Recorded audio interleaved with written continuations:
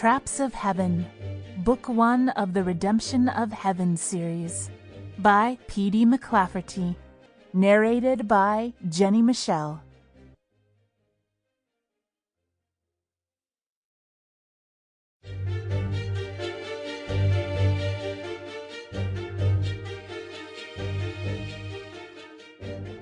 Chapter 1. The Cat. The wail of the alarm klaxon woke her, piercing her throbbing head with knives of sound. A red emergency light crackled the space about her with wounded light, and the coppery taste of her own blood was heavy on her tongue. Her sense of up and down was off, as if she was hanging upside down from the ceiling. "Ah," the young woman groaned, trying to move. "Lie still, Ellie," a voice in her mind said. "I'm doing all I can to block the pain." It is a very nice voice, really, Ellie thought with an unsurprised insight. She had heard it many times before. The soft contralto was warm and comforting, and she felt a soft touch on her cheek. Whether it was imagined or real, she couldn't tell. "Help is coming." Water gurgled somewhere, and in the distance she could hear faint voices.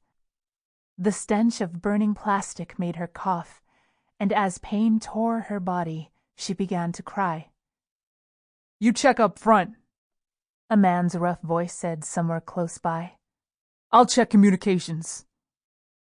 "The front end of the lifeboat is pretty well crushed," another male voice replied. "And there's not much chance of finding anyone alive, but I'll check."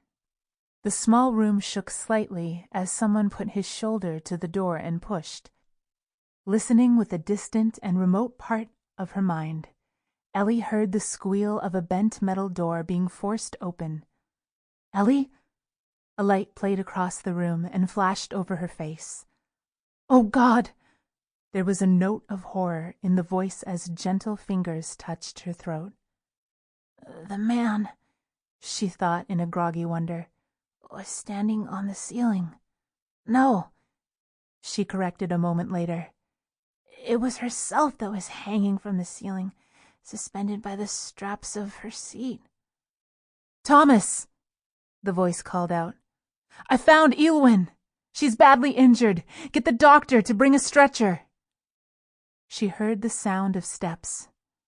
"The flight deck is crushed and underwater," a different voice said. "We'd better get her out of here fast. The boat is settling by the nose, and although the water's not deep, it's deep enough." Ellie closed her eyes and soon heard the sound of other voices. Gentle hands lifted her, and she screamed once as they turned her over. Pain washed her broken body, darkness pulsing in and out of focus as she lost and regained consciousness. Sudden sunlight blinded her, and as her vision cleared, she saw sand bordering a violet-colored ocean, creaking and groaning as the hull cooled. The bent and shattered skin of the lifeboat hung above her, nose down into the waves. The number 1 written on the side, all but obliterated by the force of the impact. Turning her head slightly, she saw other people standing, alone or in small groups, with dazed expressions on their faces. Some were crying, while others were lying on the sand, unmoving, save the rise and fall of their chests. The crowd on the beach looked up as another lifeboat streaked overhead, braking jets firing in a much more controlled descent, and the ground trembled with the distant man-made thunder. The shape of the descending boat disappeared behind a wall of far-off trees, whose feather-like blue fronds swayed gently in the wind of an alien world.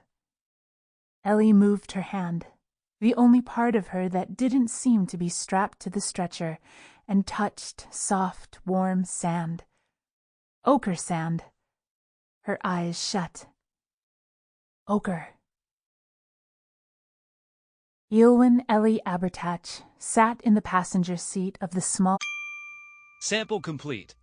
Ready to continue?